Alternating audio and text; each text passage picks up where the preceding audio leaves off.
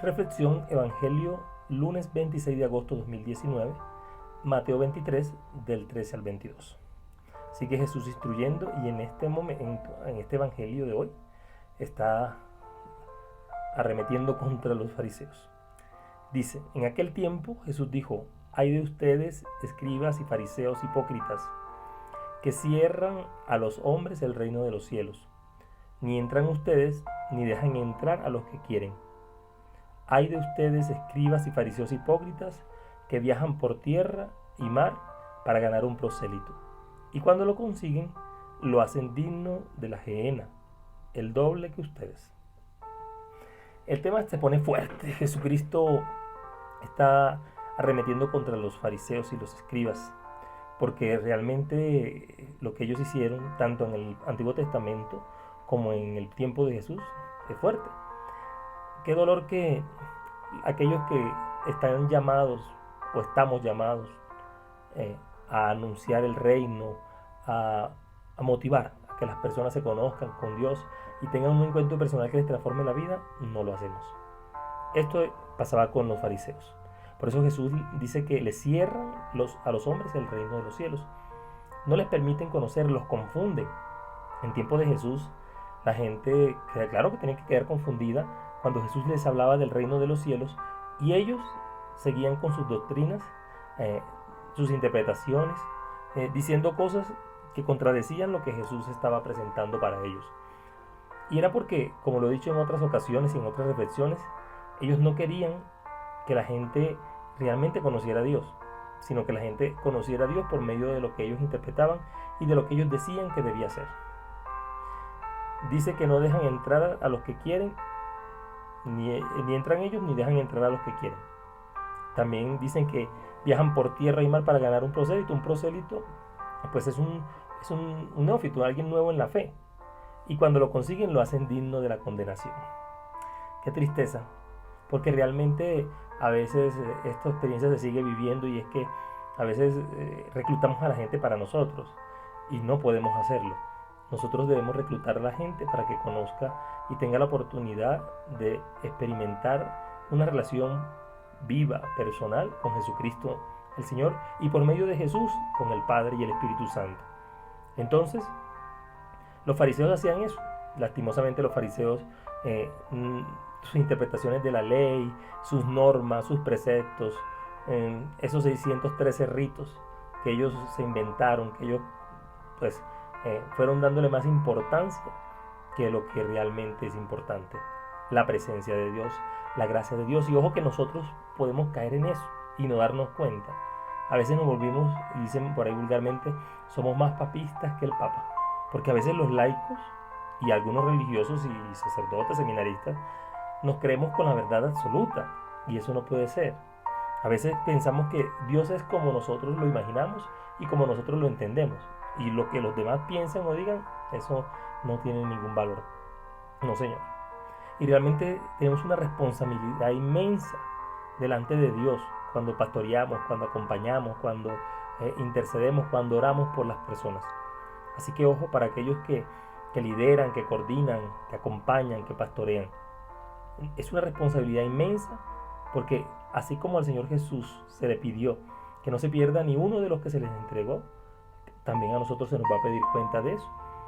Y que ojalá no por nosotros sea que las personas terminen en unas situaciones de condenación, en unas situaciones difíciles.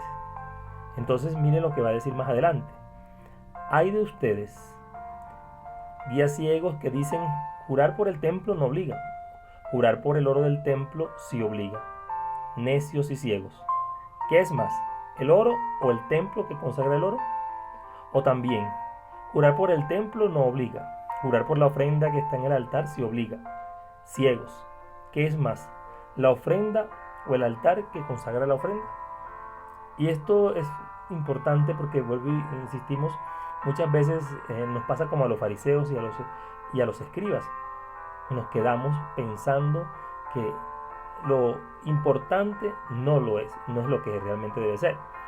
Por ejemplo, aquí están hablando del templo y del altar.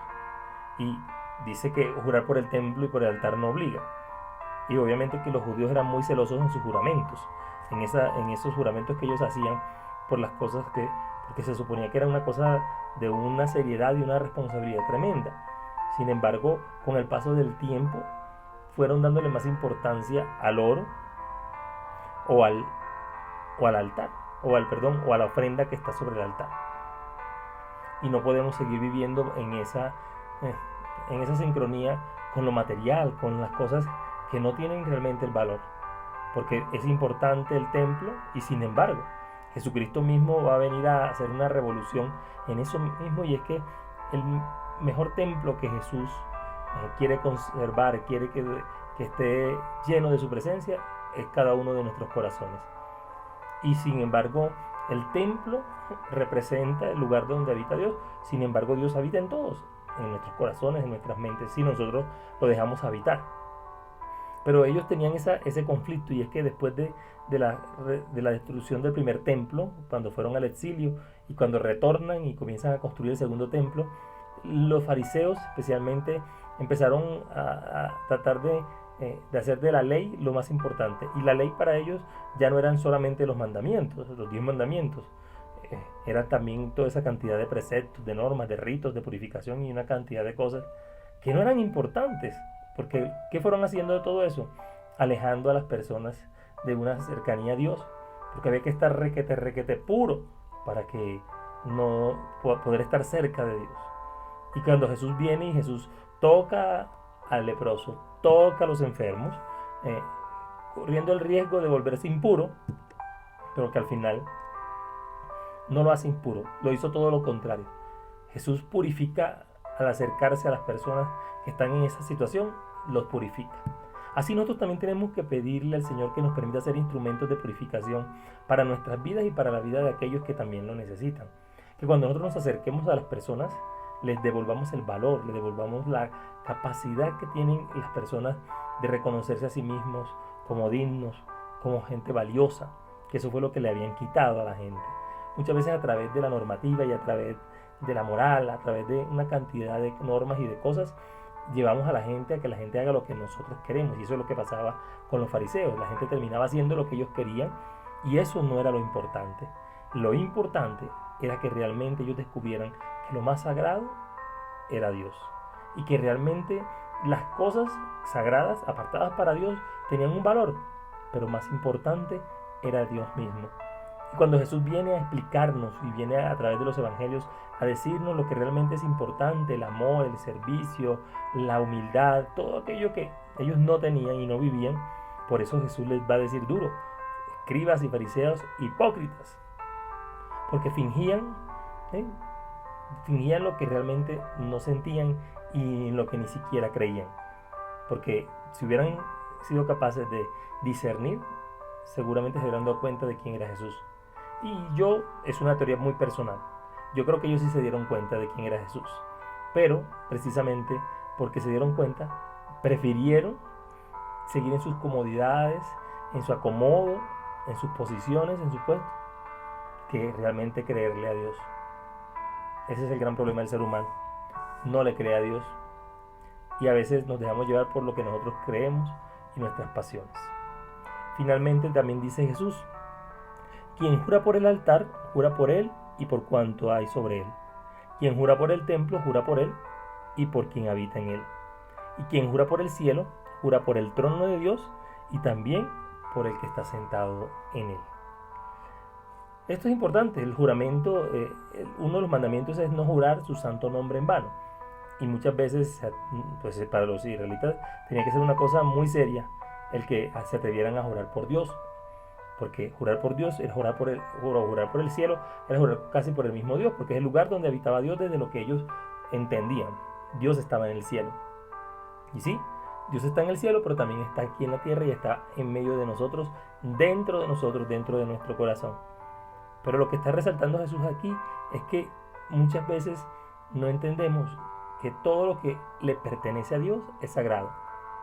Todo le pertenece a Dios, es decir, hasta nosotros somos sagrados cuando nos hacemos conscientes de que le pertenecemos a Dios y de que valemos la pena, y de que Dios quiere que nuestras vidas sean unas vidas que realmente respondan a ese deseo de Él de que vivamos felices y tranquilos. Pidámosle al Señor Jesús que nosotros podamos no caer en esto que cayeron los fariseos, llevando a la gente a la condenación, llevando a la gente a la equivocación y al error, a querer decirle a la gente cómo es que tienen que pensar, cómo tienen que creer, cómo tienen que soñar. Dejemos que sea el Espíritu Santo quien realmente nos enseñe todo eso. Bendiciones en Jesús y María. Soy Javier Castañeda, seminarista audista de la provincia Minuto de Dios.